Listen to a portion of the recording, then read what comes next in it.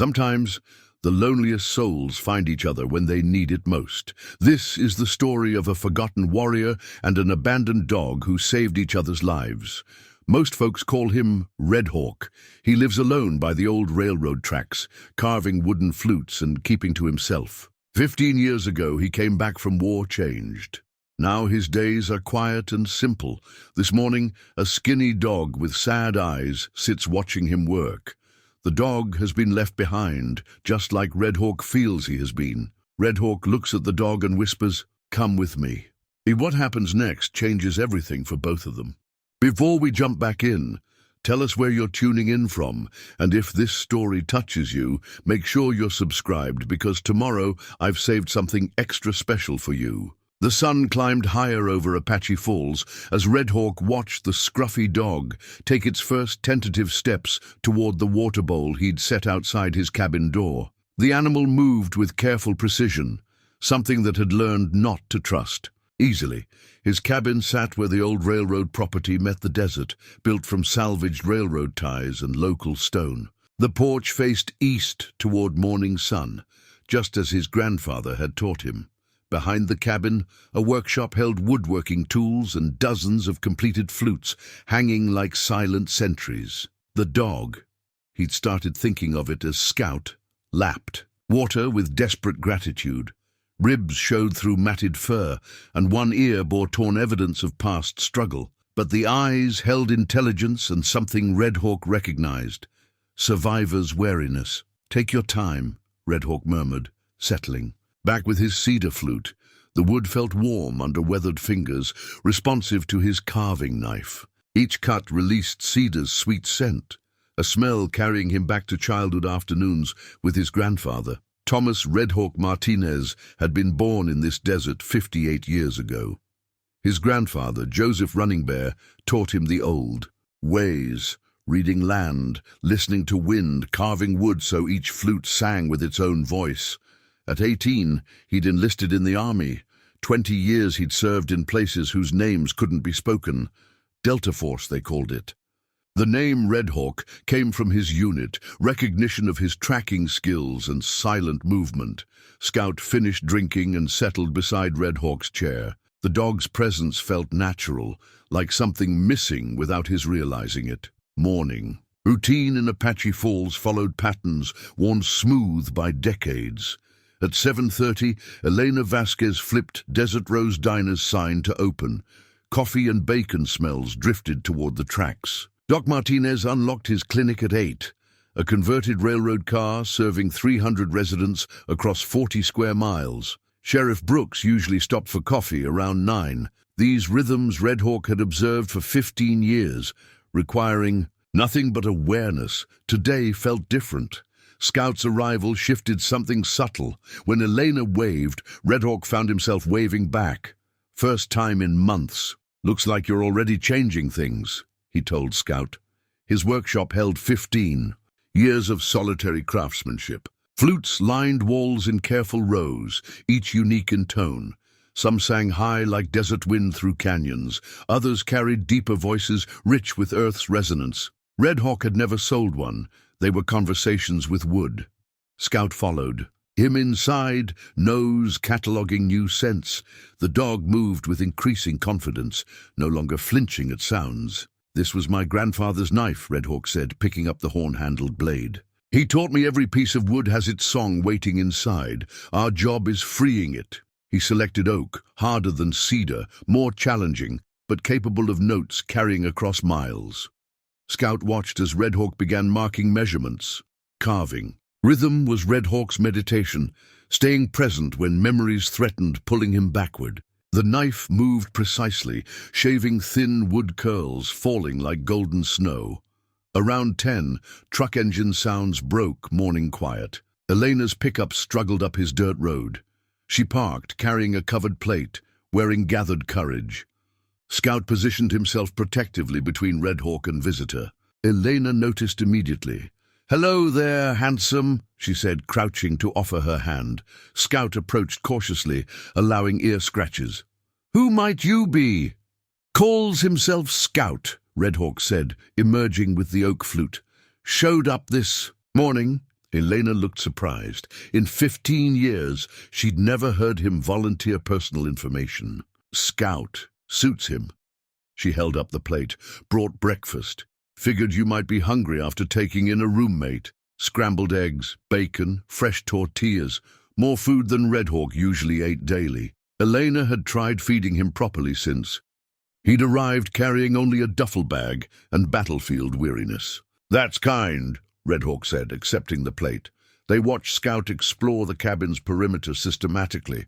The dog moved like he was securing territory, behavior reminding Redhawk of his own habits. "He's been through something," Elena observed. "Haven't we all?" Redhawk replied. Elena studied his face. "You seem different today. Lighter." Redhawk considered this. "Maybe I am." As Elena prepared leaving, she paused. "Town meeting Thursday night, 7 o'clock at Community Center. Development company wants discussing plans for this area." "Development company?" "Phoenix outfit called Desert Vista Holdings. They've been buying land along the railway corridor. Big promises about jobs and growth." Eleanor's skepticism showed. "Thought you should know. Your place sits middle of their proposed project." After Elena left, Redhawk sat with Scout, both staring at landscape that had been home and sanctuary. Railroad tracks stretched toward distant mountains, following routes carved by men believing in manifest destiny. His grandfather told stories about these tracks, prosperity and pain in equal measure, changing Apache life forever. "Change comes whether we invite it or not," Running Bear used to say. "Question is meeting it with wisdom or fear." Scout pressed against his leg, offering wordless comfort. Distance carried a train whistle across desert. 15 years of solitudes. Soundtrack regular as sunrise, but today, with Scout's presence and Elena's news, the whistle sounded different. Like warning, or perhaps call to action. Redhawk reached into his shirt pocket and withdrew a small leather pouch, worn smooth by decades of handling. Inside were his grandfather's dog tags from World War II, a piece of turquoise and an eagle feather blessed by the tribal elders. He'd carried this medicine bundle through every deployment, every mission, every dark night, when he'd wondered if he'd ever see home again. "Grandfather," he whispered to the morning air, "I could use some guidance." The wind picked up, setting. The completed flutes in his workshop to singing, a chorus of wooden voices that seemed to carry answers from another time. Scout's ears perked up at the sound, and for a moment both man and dog sat perfectly still, listening to music that spoke of heritage, loss, and the possibility of redemption. In town, Elena was already spreading word about Redhawk's new companion, and Maria Santos was planning how she might convince the quiet man by the tracks to visit her classroom. Doc Martinez was updating his patient files and wondering when he'd last seen Redhawk smile. Sheriff Brooks was reviewing the morning's incident reports and thinking about the federal agents who'd been asking questions about Desert Vista Holdings. But none of them knew yet how much everything was about to change, or how an abandoned dog and a reluctant warrior would soon remind them all what it meant to fight for home. Thursday evening arrived with unseasonable humidity and the kind of restless energy that made desert creatures seek shelter. Scout had spent 3 days learning the rhythms of his new life. Morning walks along the tracks, afternoons in the workshop, listening to Whitehorse's quiet commentary on wood grain and tool technique, evenings on the porch, watching stars emerge over familiar mountains. The Apache Falls Community Center hadn't seen this many people since the Christmas pageant.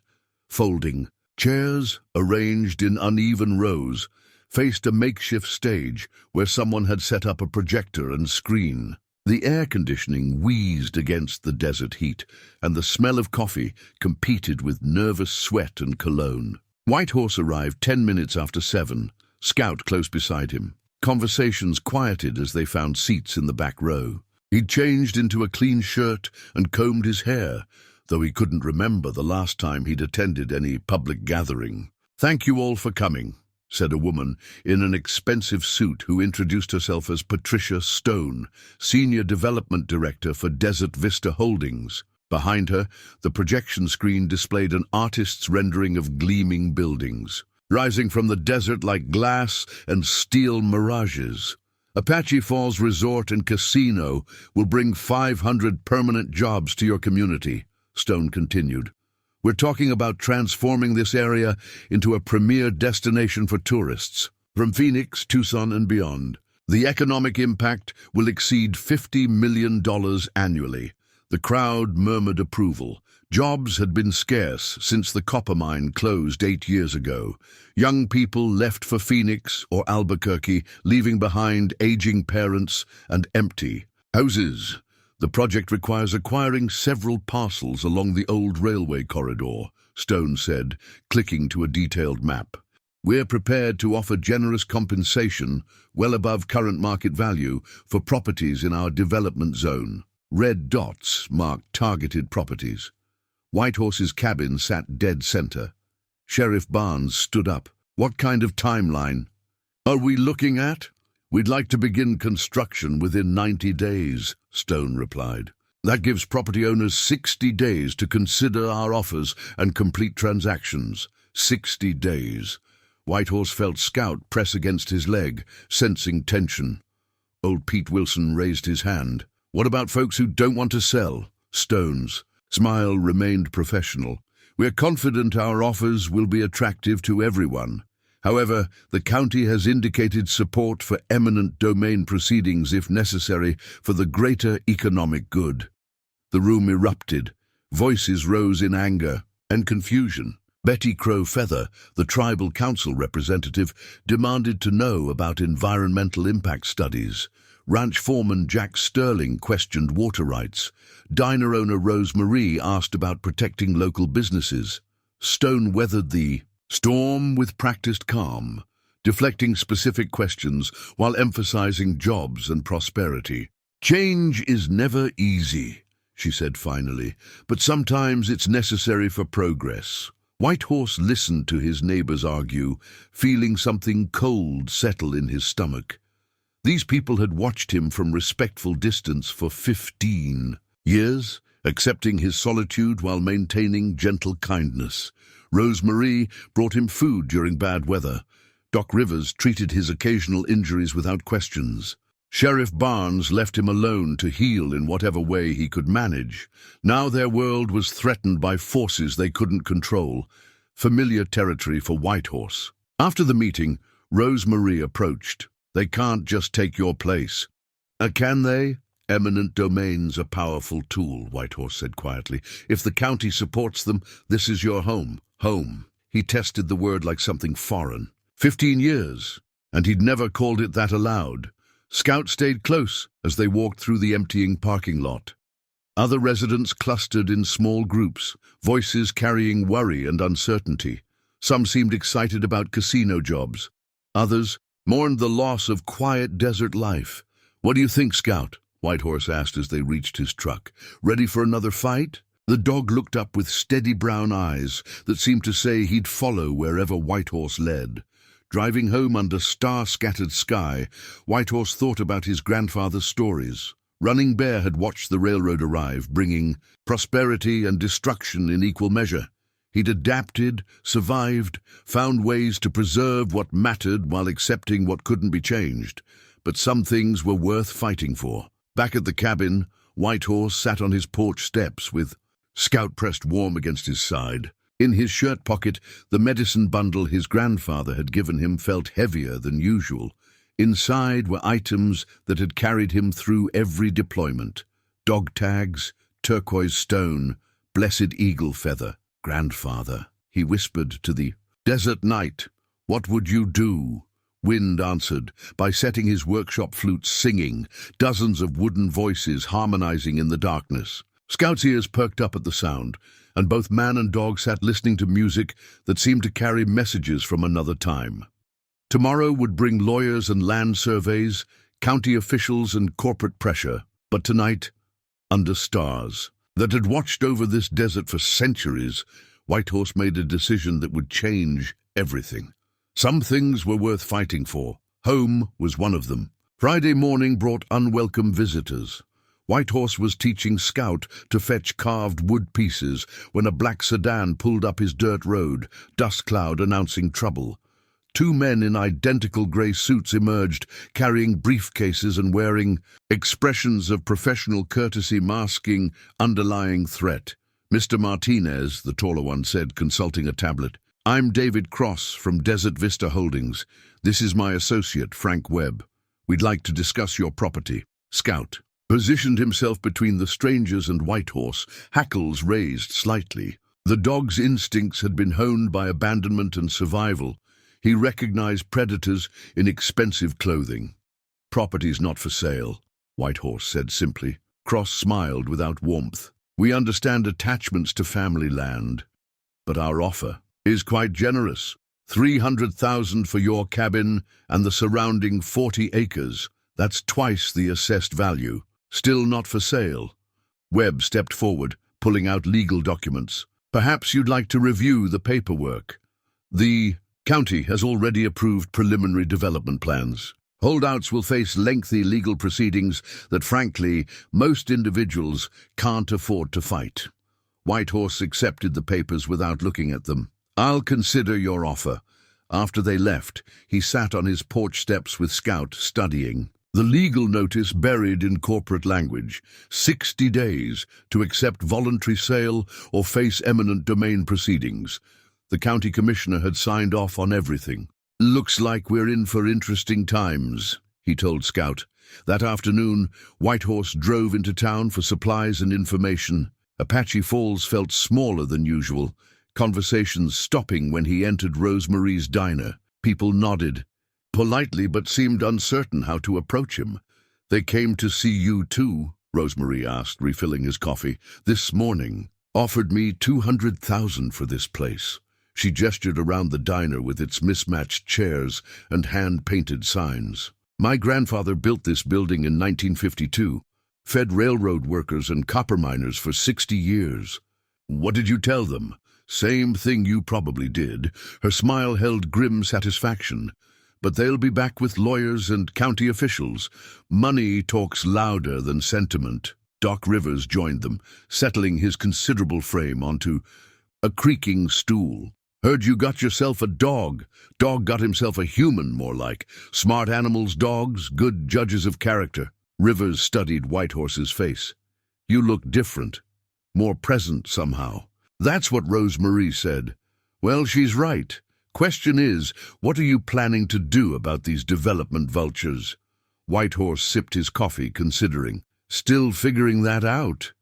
Might want to talk to Anna Begay over at the Tribal offices," Rivers suggested. "She knows more about land rights and federal regulations than anyone in 3 counties. If there's legal angles these corporate folks missed, Anna will find them." The Tribal offices occupied a converted gas station. On the edge of town, solar panels gleaming on the roof and Apache Nation flags hanging still in the afternoon heat. Anna Begay looked up from computer screens displaying legal databases and environmental impact studies. "Heard about your visitors?" she said without preamble. "Also heard you finally got yourself some company." Scout sniffed cautiously around. "The office." While Whitehorse explained the morning's encounter, Anna listened without interruption, occasionally making notes on a yellow pad. "Eminent domain's tricky business," she said finally. "They need to prove public benefit and fair compensation, but there's other considerations they might not have researched thoroughly, such as, this railway corridor crosses traditional Apache hunting grounds. Some of those areas might qualify for federal protection under the Native American Graves Protection Act if we can document historical significance." She pulled out survey maps dating back to territorial days. "Your grandfather ever tell you stories about this land?" "Some." Whitehorse traced the property lines with his finger. "Said his grandfather used to hunt deer along the creek that runs behind my place. Creek's been dry for 20 years. Not always. Running Bear said it flowed year-round when he was young." Anna made more notes. "Environmental impact might be significant if development disrupts natural water flow. These casino projects use enormous amounts of water." She leaned back in her chair, studying Whitehorse with shrewd eyes. Question is, how hard you willing to fight? Legal challenges take time and money. Corporate lawyers play rough. Whitehorse thought about Scout's trust, gradually earned over 3 days of patient consistency. About Rosemarie's grandfather feeding railroad workers. About his own grandfathers. Stories of adaptation and survival. Hard as necessary, he said. Anna smiled, the first genuine expression he'd seen since the suits arrived.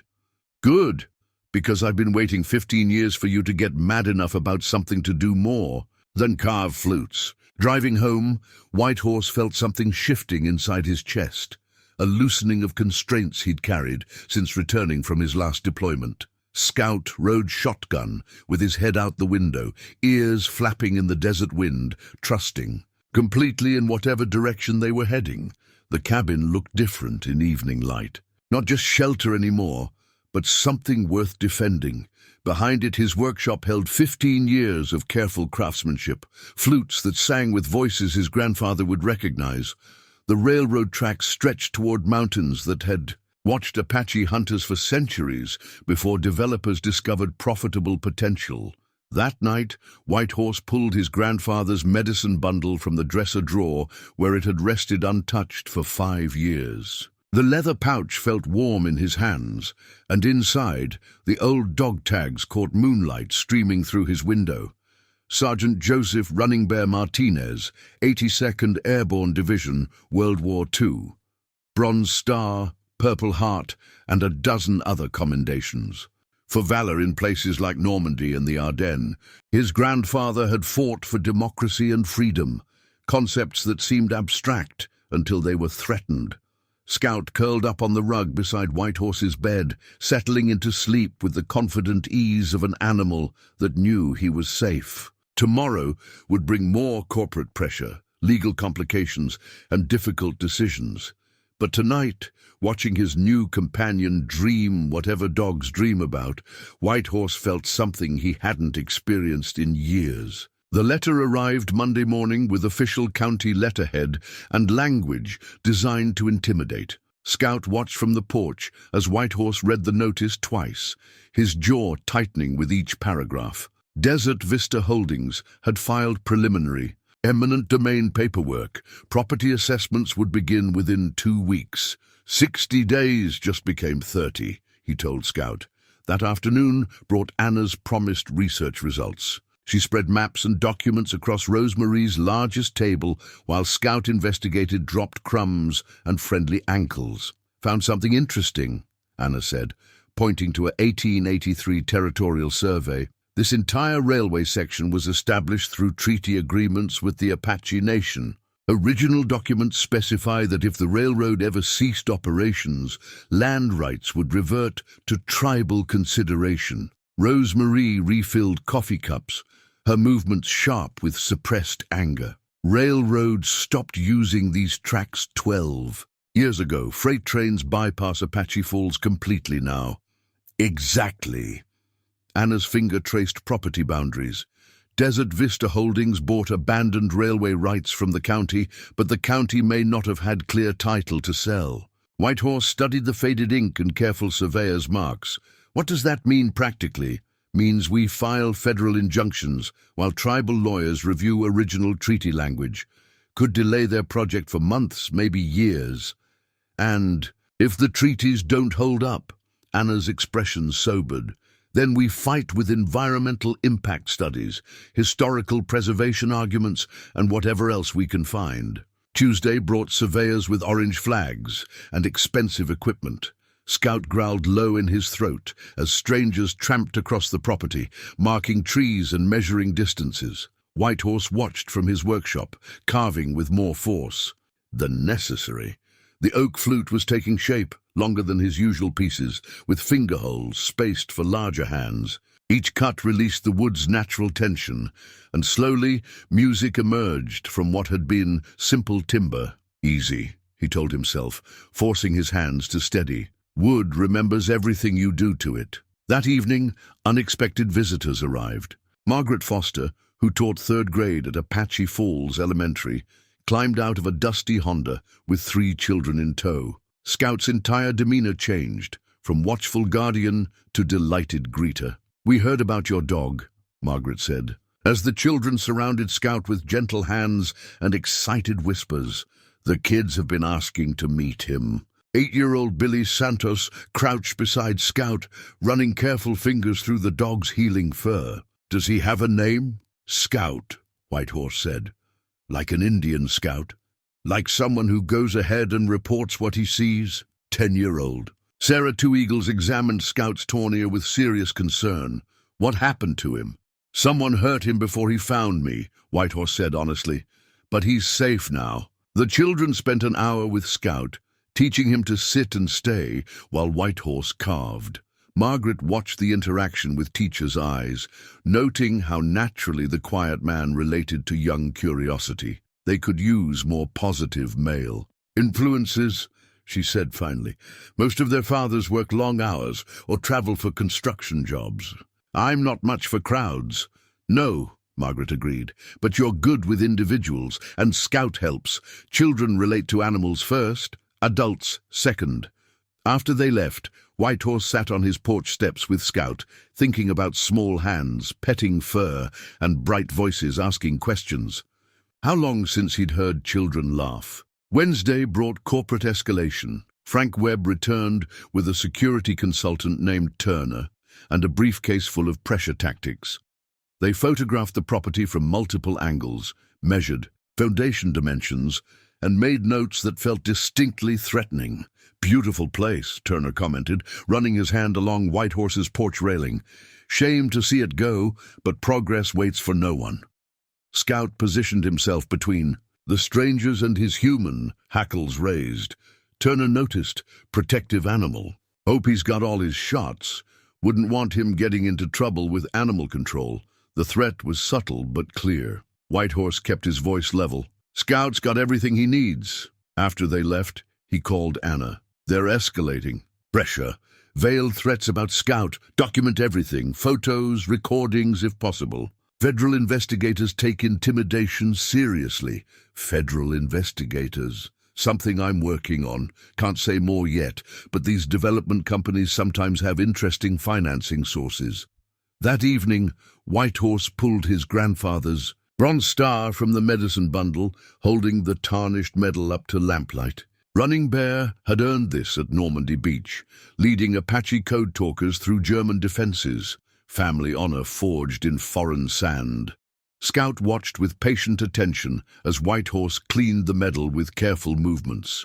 The bronze gleamed, though dully restored to something approaching its original dignity.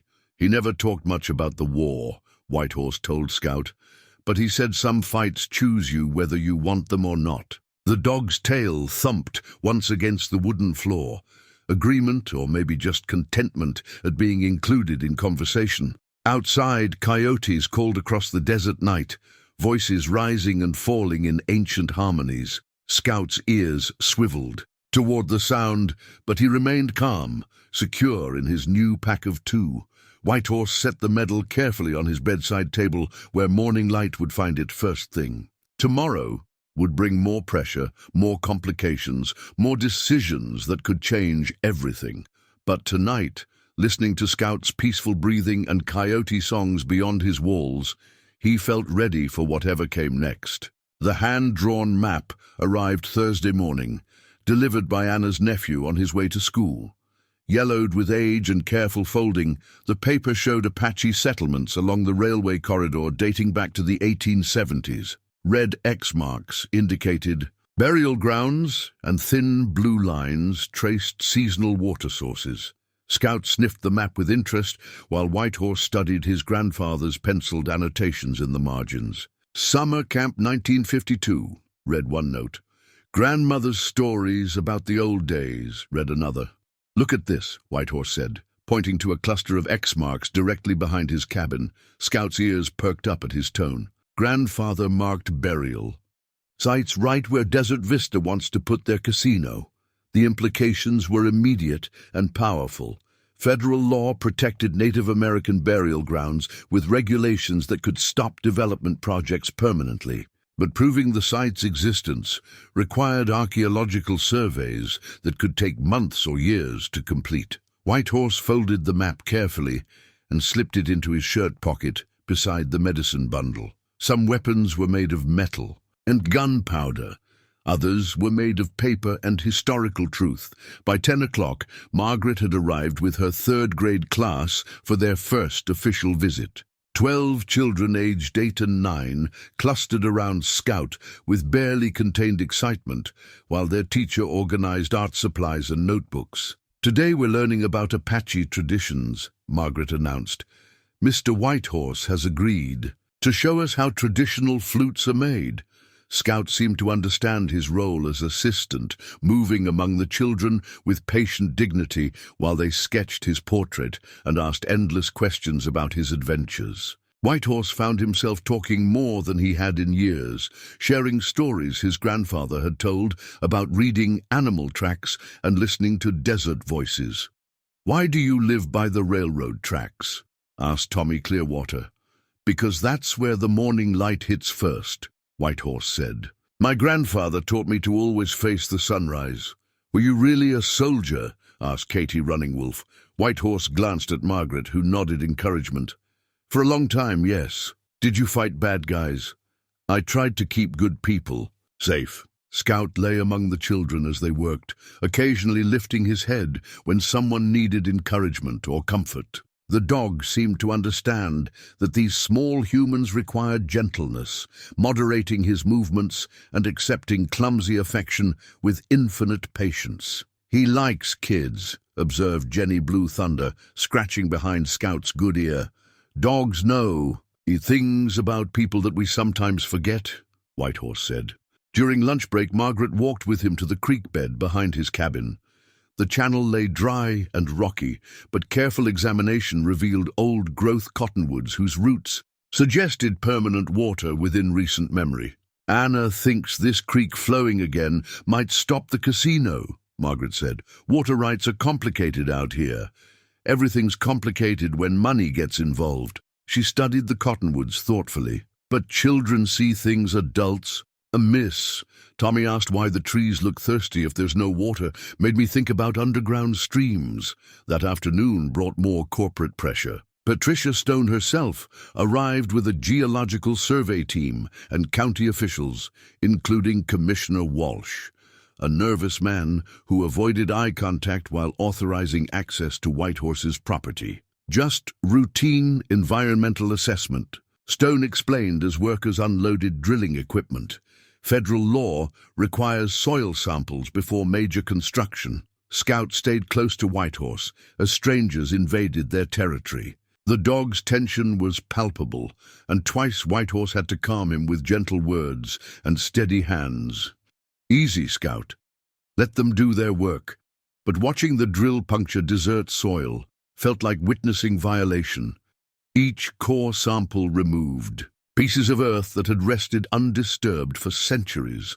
The grinding machinery drowned out morning bird songs and sent rabbits fleeing toward distant brush. "Finding anything interesting?" Whitehorse asked the lead geologist. "Standard desert composition, some mineral deposits, nothing significant." The man wiped sweat from his forehead. "Though we did hit water about 15 feet down. Aquifers, more extensive than county records indicated. Water." Whitehorse exchanged glances with Scout, who seemed to understand the significance. That evening, Anna arrived with tribal attorney Jake Littlefeather, a serious young man carrying boxes of legal documents and federal regulations. "The burial ground claim has merit," Littlefeather said, spreading papers across Whitehorse's kitchen table. "But we need archaeological evidence to support federal protection. That means professional survey teams, which take time and money." "How?" "Much time. 6 months minimum if everything goes smoothly. 2 years if Desert Vista lawyers fight every step." Anna leaned forward. "But there's another angle. That water they found today, if it's connected to sacred springs mentioned in the 1876 treaty, we might have stronger grounds for immediate injunction." "Sacred springs? Your grandfather never mentioned Tears of the Mountain? The spring where Apache mothers brought sick children for healing ceremonies?" Whitehorse closed his eyes, reaching for half-remembered stories. Behind the cabin said it flowed strongest during spring snowmelt from the mountains, exactly where they want to put the casino's main building. Scout settled beside Whitehorse's chair, seeming to sense the weight of accumulated revelations. The dog's presence was becoming essential, a living reminder that some bonds transcended legal documents and corporate threats. Outside, evening wind set the workshop flutes singing their nightly chorus. But tonight, the music carried different meaning, not just solitary meditation, but battle hymn for a fight that was choosing him whether he wanted it or not. "What do you need from me?" Whitehorse asked finally. "Time," Anna said, "and trust that we know what we're doing. And maybe," added Little Feather with a slight smile, "some of those military skills everyone pretends not to know about." After the lawyers left, Whitehorse sat on his porch with Scout, both of them staring at stars that had witnessed Apache ceremonies and railway construction, copper mining and casino dreams. The desert held all of it: prosperity and loss, adaptation and resistance. "What do you think, Scout? Ready for a real fight?" Scout's tail thumped against the porch boards. Whatever came next, they'd face it together. The bulldozers arrived before dawn on Monday, their diesel engines shattering desert quiet like artillery fire. Scout was on his feet instantly, hackles raised and teeth bared at the mechanical invasion. Through his bedroom window, Whitehorse watched yellow machines lumber past his property line, heading for the surveyed areas marked with orange flags. By 7 o'clock, they were clearing mesquite and palo verde trees that had grown beside the tracks for decades. The sound of splintering wood and grinding metal carried across the desert like a funeral dirge. Whitehorse dressed quickly and stepped onto his porch with Scout pressed against his leg. The dog trembled, not with fear, but with barely controlled aggression toward the machines, destroying their peaceful world. "Easy, boy," Whitehorse murmured, but his own hands were shaking. Patricia Stone emerged from an air-conditioned trailer that hadn't been there yesterday, flanked by hard-faced men wearing security company uniforms and tactical gear. She waved, cheerfully, as if orchestrating environmental destruction was perfectly normal. "Good morning, Mr. Martinez. Just wanted to let you know we're beginning preliminary clearing operations. Nothing on your actual property, of course, yet the threat was transparent." Whitehorse kept his voice level. "Thought you needed 60 days for voluntary negotiations. County fast-tracked our permits based on economic urgency. Sometimes bureaucracy works efficiently." Stone's smile never wavered. "Your cooperation would be appreciated." One of the security guards stepped closer, a thick-necked man with military bearing and dead eyes. His name tag read Morrison, and everything about him screamed former Special Forces gone corporate. "Nice dog," Morrison said, studying Scout with professional interest. "Looks like a fighter. Hope he doesn't cause any trouble around heavy machinery. Accidents happen." Scout's growl was low and continuous, a sound that raised the hair on Whitehorse's arms. The dog sensed danger with survival instincts honed by abandonment and abuse. "Scout stays close to me," Whitehorse said carefully. "No trouble unless someone brings it to him." Morrison's smile was cold as January wind. "Just looking out for everyone's safety." After the corporate delegation left, Whitehorse retreated to his workshop with Scout. The dog was visibly agitated, pacing and whining softly. Outside, bulldozers continued their methodical destruction, each fallen tree marking another step toward inevitable confrontation. Whitehorse pulled his old combat knife from the toolbox, where it had rested for 15 years. The blade was 7 inches of carbon steel, balanced for throwing or close combat, edge still sharp enough to shave wood curls. Scout watched as he cleaned oil from the steel, ears alert to his human's changing mood. Grandfather said some tools. "Choose their own time," Whitehorse explained quietly. "Maybe this one's been waiting." By afternoon, the destruction had reached the old cottonwoods near the dry creek bed. Whitehorse and Scout stood watching as 100-year-old trees crashed to earth, their massive trunks crushing smaller vegetation and disturbing ground that might hold his ancestors' bones. Scout suddenly barked, sharp, urgent alarm. A security guard was approaching with something in his hand that glinted metallic in afternoon sun. Whitehorse moved instinctively, putting himself between Scout and potential threat. "Just animal control tags," the guard said, holding up a dart. "Gun. Company policy requires all animals on work sites to be properly sedated during operations, for their own safety. My dog stays with me. Insurance requires—" I said no. The guard's hand moved toward his radio, but Morrison's voice crackled through before he could call for backup. "Stand down, Rodriguez. Local animal control will handle any issues." Scout pressed closer to Whitehorse's leg, sensing escalating tension. The dart gun represented more than corporate policy. It was psychological warfare designed to isolate Whitehorse by removing his only ally. That evening, Doc Rivers arrived unannounced with medical supplies and grim news. Scout submitted to examination with patient trust while Rivers checked for injuries and administered vaccinations. "Heard about today's excitement," Rivers said, running experienced hands along Scout's ribs. "Also heard some interesting rumors about Desert Vista's financing sources." "What kind of rumors?" "Kind that attract federal attention." Rivers glanced around the cabin as if checking for listening devices. "Money laundering through casino construction isn't uncommon.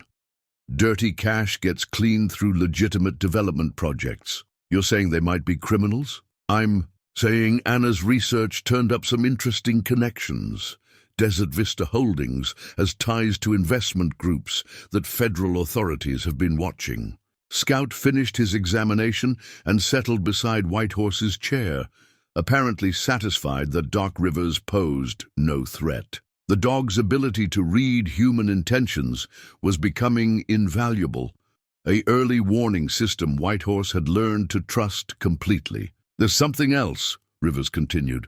"That security contractor Morrison, I recognize him from military medical files, dishonorable discharge from Army Special Forces, violent tendencies, suspected war crimes." Ice formed in Whitehorse's stomach. Men like Morrison didn't work corporate security unless they were hired for specific skills.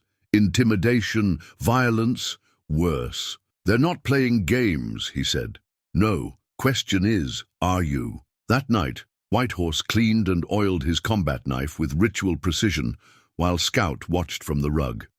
The blade had tasted blood in places like Afghanistan and Somalia, always in service of missions he'd believed were necessary. Now it might serve again, protecting something far more personal. Outside his window, floodlights illuminated the destruction zone where bulldozers sat silent until morning.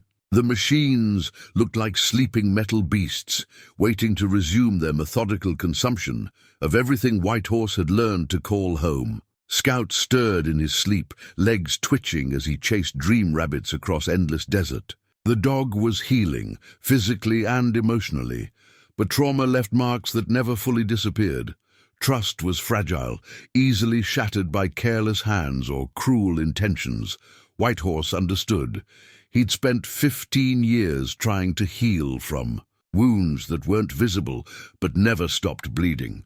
Scout's arrival had begun something new, not just companionship, but purpose beyond survival. Some things were worth fighting for. Home was one, family was another, and Scout had become both. Sheriff Barnes arrived at dawn Thursday with coffee and federal credentials that changed everything. Scout was first to notice the unmarked sedan following Barnes's patrol car, ears pricking up at engine sounds that didn't belong to their morning. "Routine. We need to talk," Barnes said without preamble, displaying a badge that read FBI Special Agent James Barnes, Financial Crimes Division. Somewhere private, away from potential surveillance. Whitehorse studied the badge, noting details that confirmed authenticity. How long?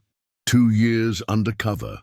Desert Vista Holdings triggered a federal investigation when they started buying properties with cash transactions exceeding reporting thresholds.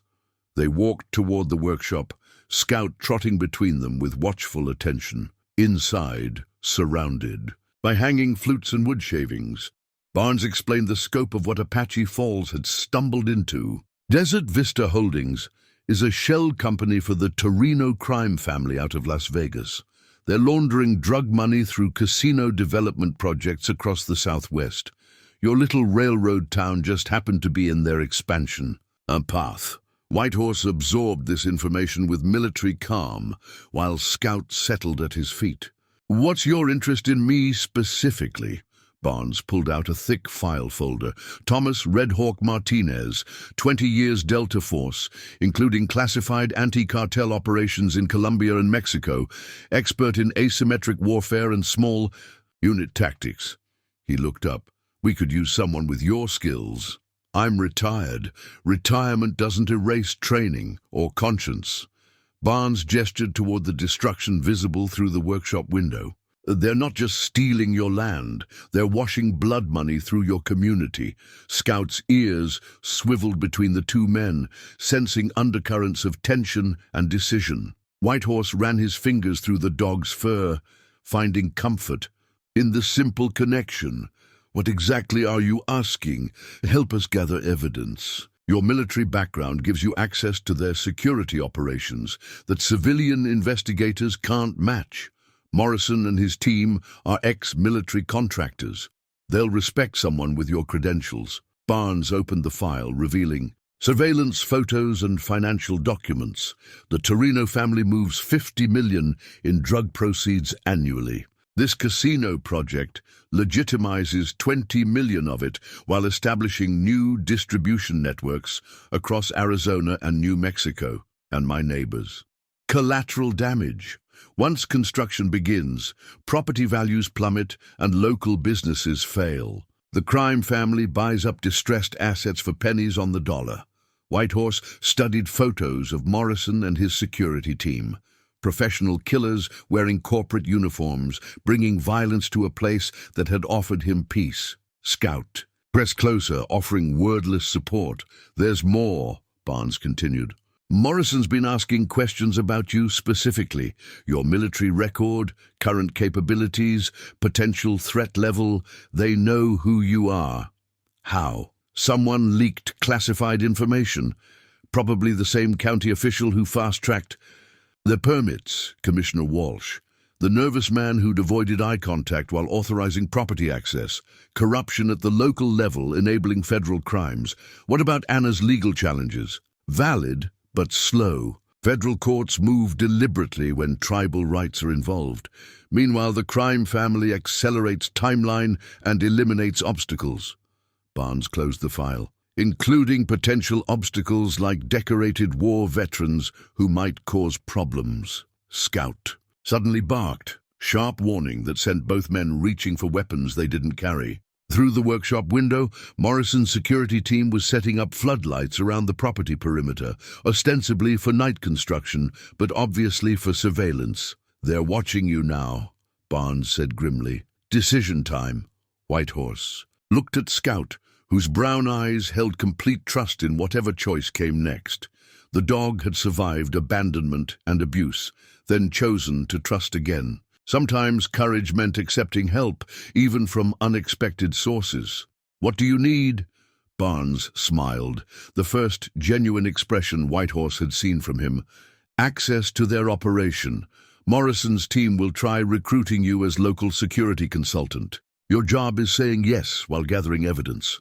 Dangerous game. Everything worth doing is dangerous." Barnes stood to leave.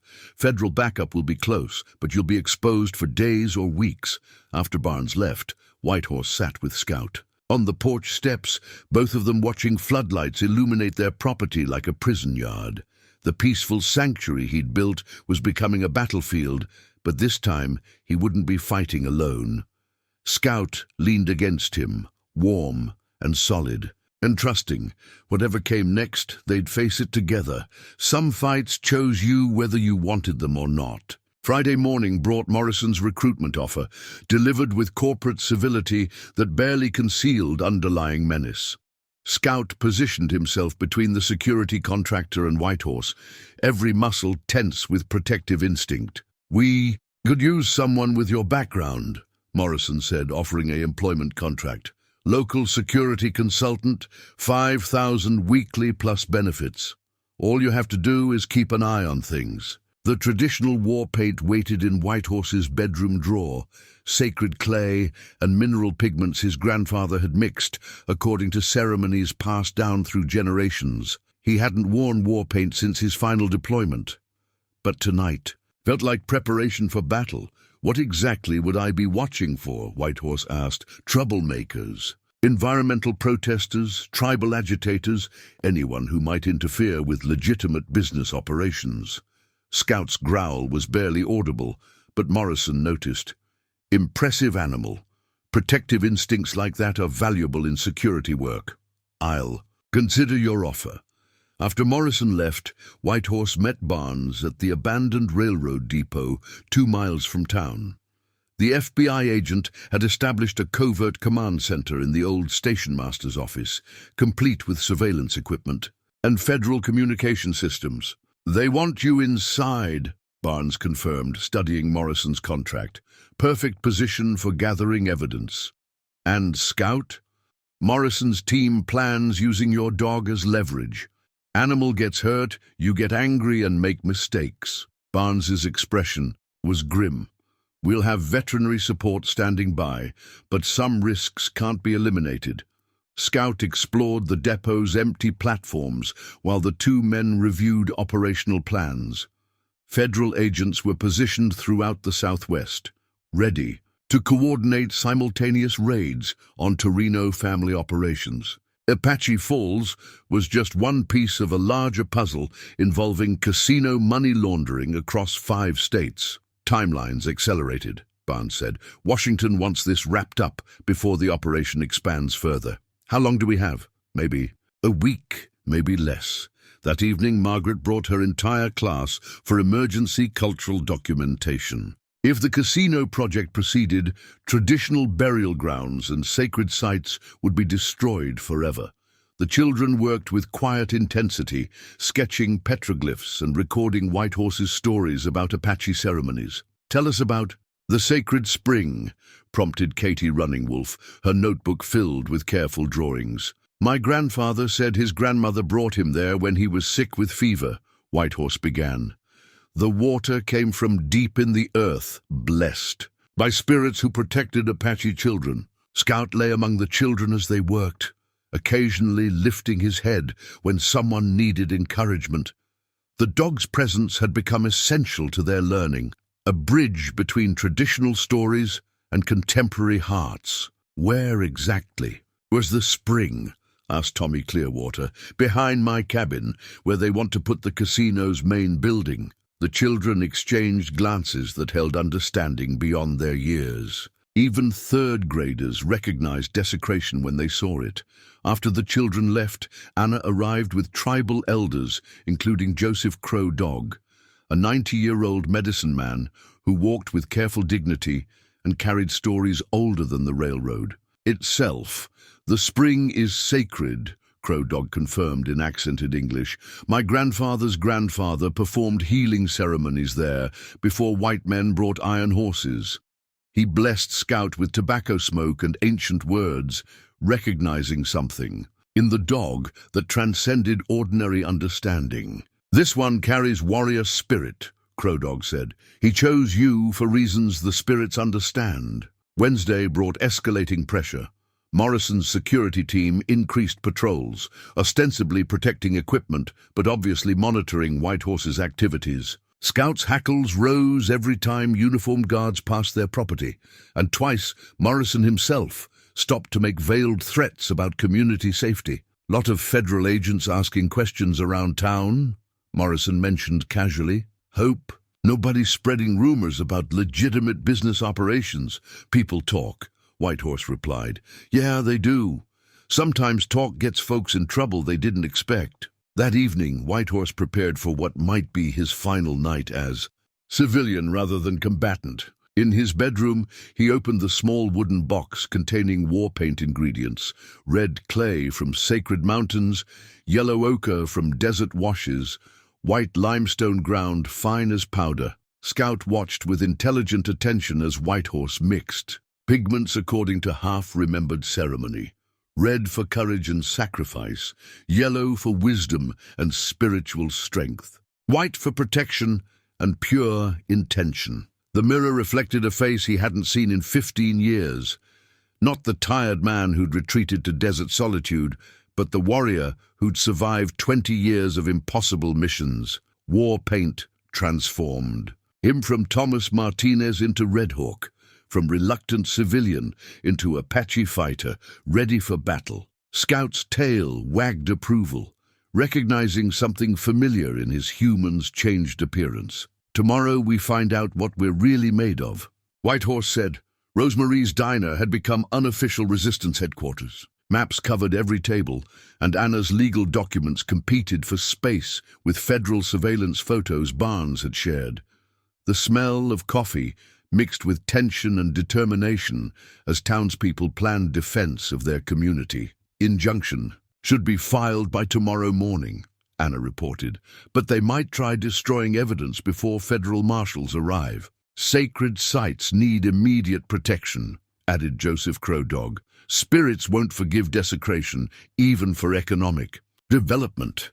Scout moved among the gathered defenders, accepting gentle touches while monitoring for threats. The dog had become their unofficial mascot, living symbol of how abandoned things could find purpose again. Barnes entered through the back door, checking carefully for surveillance before revealing his federal badge to the assembled group. Operation Green Desert goes active at dawn Sunday. We'll have 40 agents coordinating arrests across 5 states. What about Morrison's security team? Asked Rosemarie.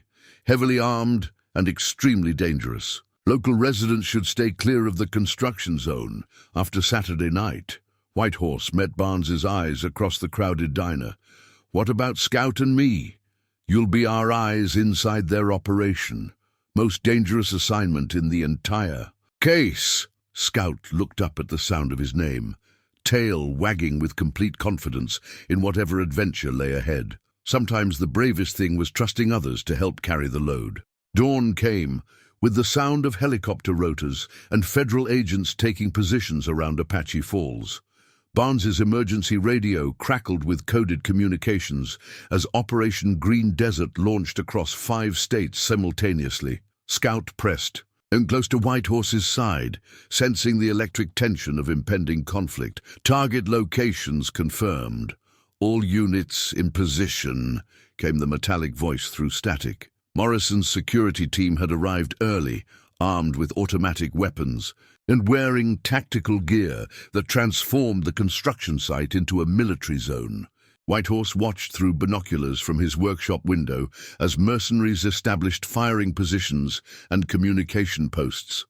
They're expecting trouble, he told Scout quietly. The radio in his pocket, military-grade encryption courtesy of FBI technical support, buzzed with Barnes's voice. Redhawk, we need eyes on their defensive positions. Can you get closer?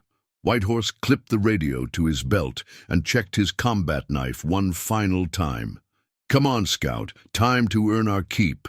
They approached the construction zone through cover of mesquite and palo verde, moving with tactical precision learned in foreign deserts. Scout understood stealth instinctively, placing each paw with silent care while following hand signals Whitehorse had taught him during their week of preparation. The security trailer sat 50 yards from the main excavation site, surrounded by armed guards and surveillance equipment.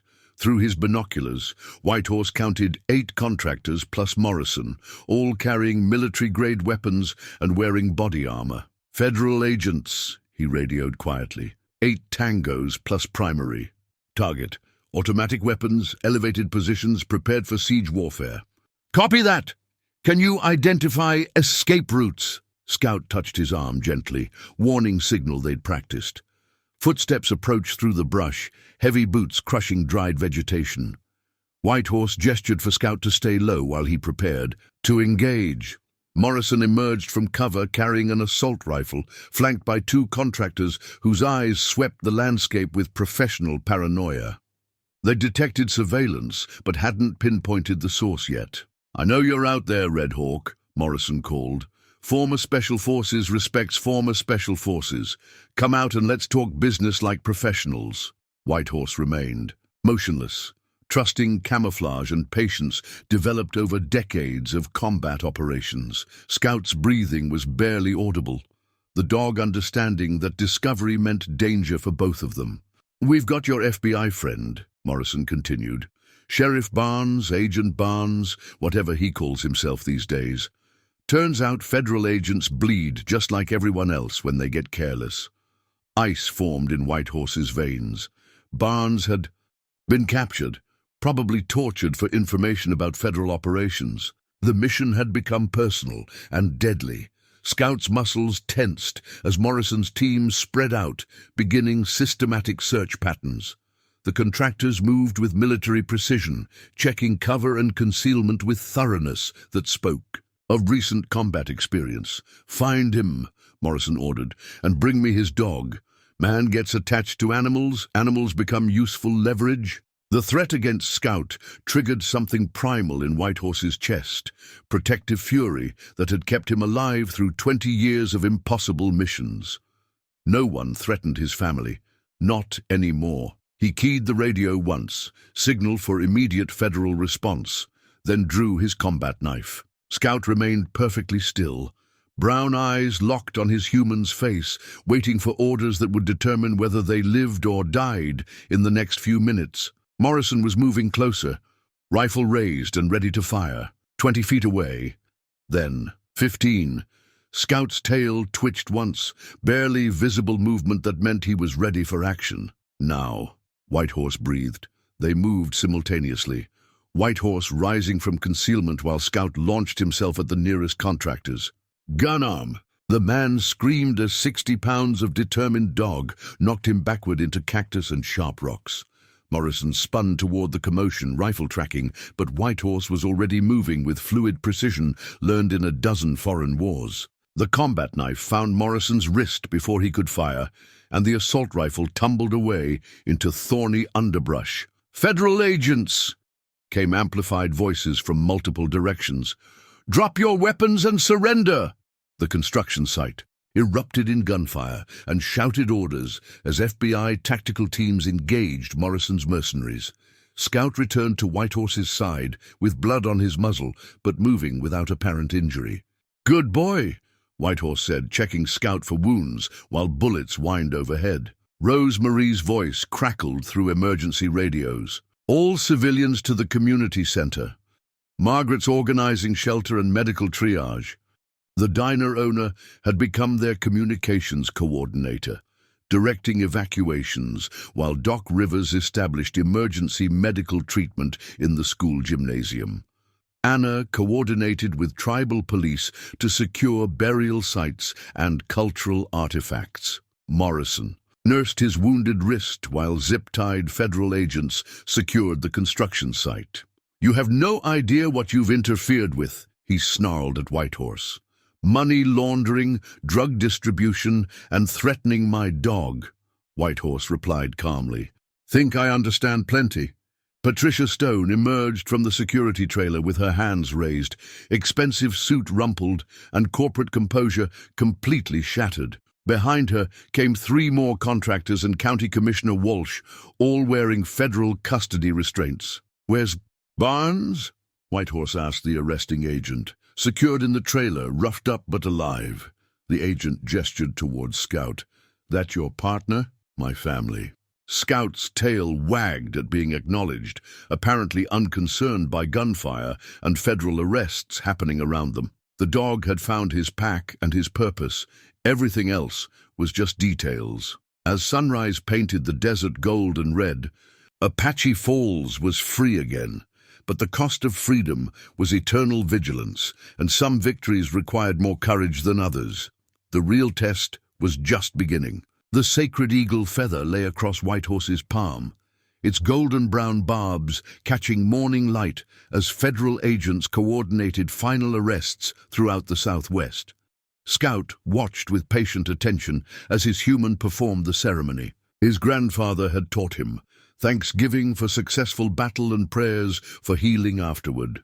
"Operation Green Desert is complete," Barnes reported, his voice hoarse from interrogation, but strong with satisfaction. 47 arrests across Nevada, Arizona, New Mexico, and Colorado. Torino family operations shut down permanently. The key construction site looked like a war zone.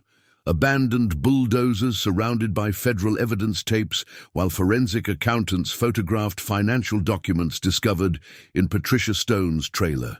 Commissioner Walsh sat in the back of a federal transport vehicle, his political career destroyed by greed and poor judgment. "What about the casino project?" Rosemarie asked, surveying the destruction from her position behind the diner's coffee. "Dead in the water," Barnes confirmed. "Desert Vista Holdings has been dissolved, assets frozen pending criminal proceedings. Your town is safe." Scout explored the perimeter of federal activity with curious interest, apparently unconcerned, by men in FBI jackets who scratched his ears and offered treats from their tactical pockets. The dog's transformation from abandoned stray to confident community member reflected broader changes in Apache Falls itself. Anna emerged from the tribal offices, carrying boxes of legal documents and wearing satisfaction like comfortable clothing. "Federal injunction is permanent," she announced. "Railway corridor designated as culturally significant under Native American Heritage Protection Act." "Which means what exactly?" asked Doc Rivers. "No development within 500 yards of documented burial sites. No casino, no resort, no mining operations." Anna's smile was brilliant. "Your grandfather's map just protected 10,000 acres of sacred land." Margaret's children clustered around Scout like small planets, orbiting a beloved sun.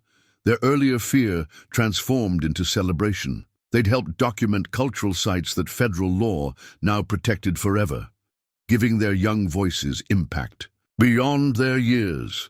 Will Scout stay here now?" asked Tommy Clearwater, his notebook filled with drawings of the dog in various heroic poses.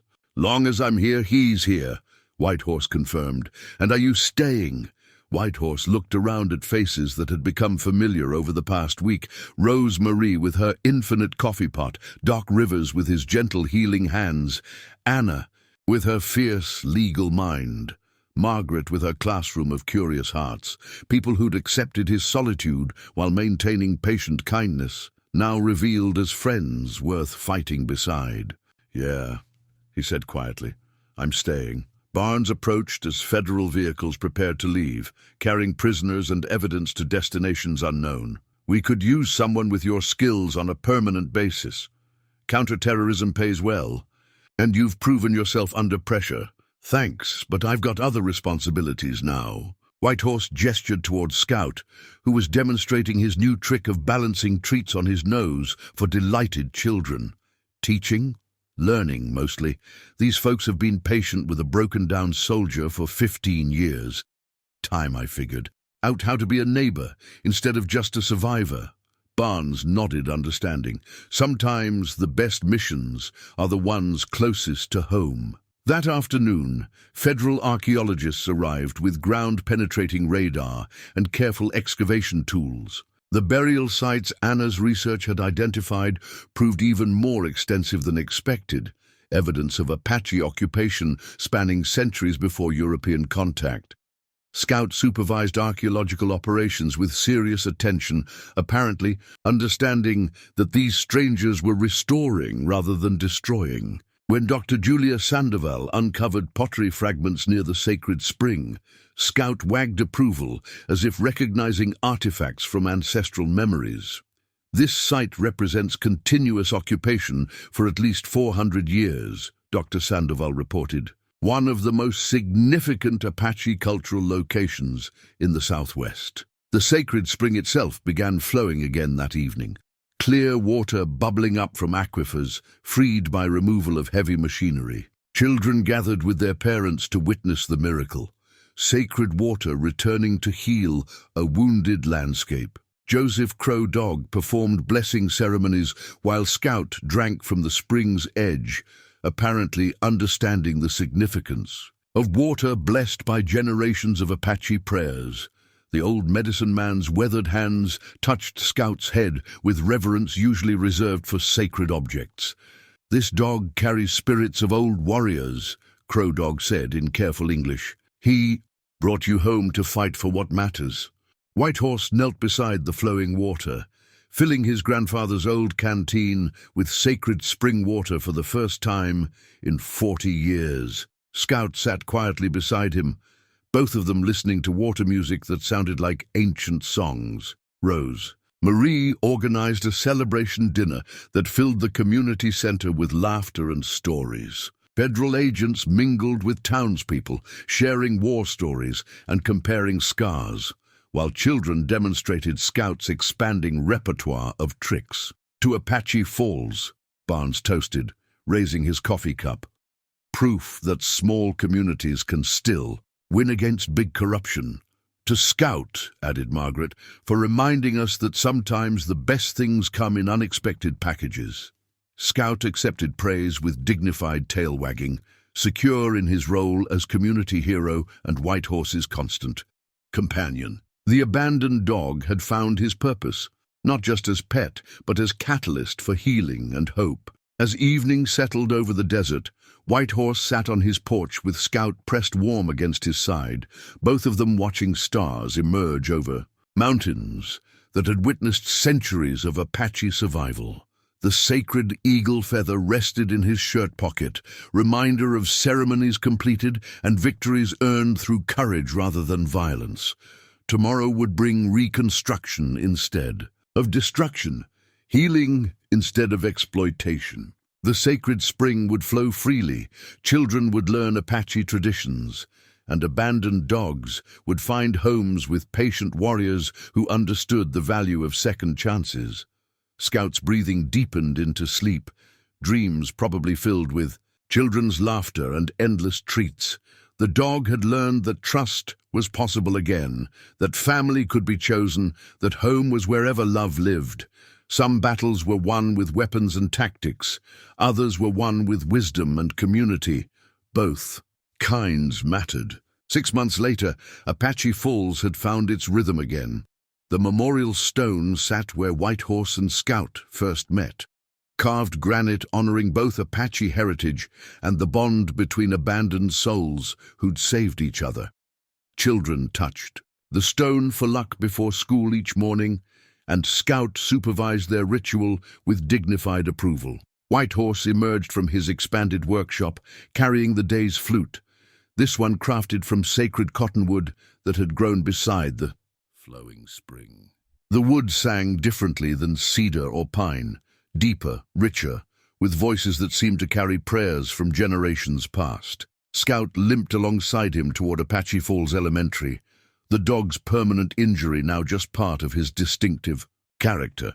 Children had learned that heroes sometimes bore scars, and Scout's courage during the federal operation had earned him legendary status among third graders who drew his picture and wrote stories about his adventures. "Ready for another day of teaching?" White Horse asked. Scout's tail wagged enthusiastic agreement. The classroom buzzed with excitement as 22 children, Margaret had added students from neighboring districts, gathered around tables loaded with wood, carving tools and art supplies. Scout moved among them with practiced ease, offering encouragement to shy students and calming overexcited energy with his steady presence. "Today we're finishing our flutes," Margaret announced. "Remember, each piece of wood has its own song waiting inside." White Horse demonstrated fingerhole spacing while children watched with intense concentration. "My grandfather taught me that. Music connects us to things larger than ourselves, ancestors, spirit world, each other." Billy Santos raised his hand. "Does Scout like flute music?" "Let's find out." White Horse played a simple melody on his cottonwood flute, notes floating across the classroom like desert wind through canyon rocks. Scout's ears perked up, and he settled into Sphinx position, listening with apparent appreciation for wooden songs. The children giggled and began playing their own instruments, squeaky, off-key attempts that gradually improved with practice and patience. Scout endured the musical chaos with remarkable tolerance, occasionally lifting his head when someone achieved particularly clear notes. During lunch break, Agent Barnes stopped by to check on community recovery. The former sheriff had accepted permanent assignment to the FBI field office in Phoenix, but he visited Apache Falls weekly to maintain federal oversight of the Cultural Protection Zone. "How's civilian life treating you?" Barnes asked, watching. Scout demonstrated his latest trick, rolling over on command from any of the children. "Better than expected," Whitehorse admitted. "Turns out I like teaching. Kids like learning from you. Margaret says enrollment's up 30% since you started the cultural program." Rosemarie's Diner had become unofficial headquarters for the Apache Falls Cultural Center, federal grants funding expansion that transformed the old railroad depot into classrooms and exhibition space. Tribal artifacts shared display cases with Whitehorse's flutes, creating educational programs that attracted visitors from across the Southwest. "Coffee tastes better when it's not flavored with corruption," Rosemarie observed, refilling cups for customers who now included federal archaeologists, tribal college students, and cultural tourists. Anna had been elected to the county commission, replacing Walsh with honest representation that prioritized community needs over corporate profits. Her first official act was establishing the Apache Falls Historic District, ensuring permanent protection for burial sites and sacred springs. "Water's flowing stronger every week," she reported during their monthly planning meeting. "Environmental specialists think removing heavy machinery restored natural aquifer pressure." Doc Rivers had expanded his clinic to serve increased population drawn by cultural programs and federal jobs. "Amazing what happens when people feel safe and hopeful," he mused, while Scout supervised afternoon medical rounds. The dog had become Rivers's unofficial therapy animal, providing comfort to patients dealing with trauma and loss. Children with anxiety calmed when Scout lay beside their treatment tables. Elderly residents brightened when the dog visited during weekly wellness checks. Evening found Whitehorse back on his porch with Scout, both of them watching sunset paint familiar mountains in shades of gold and crimson. The railroad tracks still stretched toward distant horizons, but now they carried hope instead of freight. Tours of schoolchildren learning Apache history and federal officials ensuring cultural protection. "Grandfather would be proud," Whitehorse told Scout. "Sacred springs flowing, children learning the old ways, community standing together against outside threats." Scout's tail thumped agreement. Then the dog rose and trotted toward the workshop. Whitehorse followed, curious about his companion's destination. Inside, Scout settled beside the workbench, where Whitehorse's latest project waited, a larger flute with deeper bore and expanded range. The wood was local oak, aged 15 years. In the desert sun, finally ready to release whatever music it contained. "You want to help me finish this?" Scout wagged enthusiastic approval. They worked together in comfortable silence, dog supervising while human shaped wood into music. Outside, evening wind set the completed flutes singing their nightly chorus, dozens of wooden voices harmonizing in celebration of craft, culture, and community. The memorial stone caught final sunlight, its carved surface honoring all the abandoned. Things that had found purpose in Apache Falls, stray dogs, wounded warriors, forgotten traditions, and sacred springs thought lost forever. Margaret's children would grow up knowing Apache stories and Scout's courage. Anna's legal victories had protected sacred land for future generations. Rosemarie's Diner would feed railroad workers replaced by federal archaeologists and cultural tourists. And Whitehorse had learned that healing sometimes meant accepting help, that family could be chosen, and that home was wherever love lived. And courage was honored. Scout stretched out on the workshop floor, content in the knowledge that tomorrow would bring more children, more stories, more opportunities to demonstrate that trust was worth the risk. The dog's journey from abandonment to belonging had taught an entire community about resilience and hope. Some stories ended with explosions and dramatic victories. Others ended with flowing water, children's laughter, and the simple satisfaction of work well done. Both kinds mattered. In the distance, a train whistle echoed across the desert, not freight anymore, but passengers traveling to learn about Apache culture and see the spring where spirits still blessed sacred ground. Whitehorse finished the final cuts on his oak flute as stars emerged overhead. Scout had fallen asleep to the rhythm of careful carving, trusting completely in the hands that had guided them both through darkness into light. The flute was complete. 7 holes positioned for harmony, wood polished smooth as river stones, voice ready to sing songs his grandfather would recognize. Whitehorse raised it to his lips and played the melody Running Bear had taught him 60 years ago, notes floating across the desert like prayers made audible. Scout's ears twitched in his sleep, dreaming perhaps of children's laughter and sacred springs, of federal agents who scratched behind ears, and old warriors who whispered, "Come with me to abandoned things." Sometimes the loneliest souls found each other when they needed it most. Sometimes that was enough to save the world.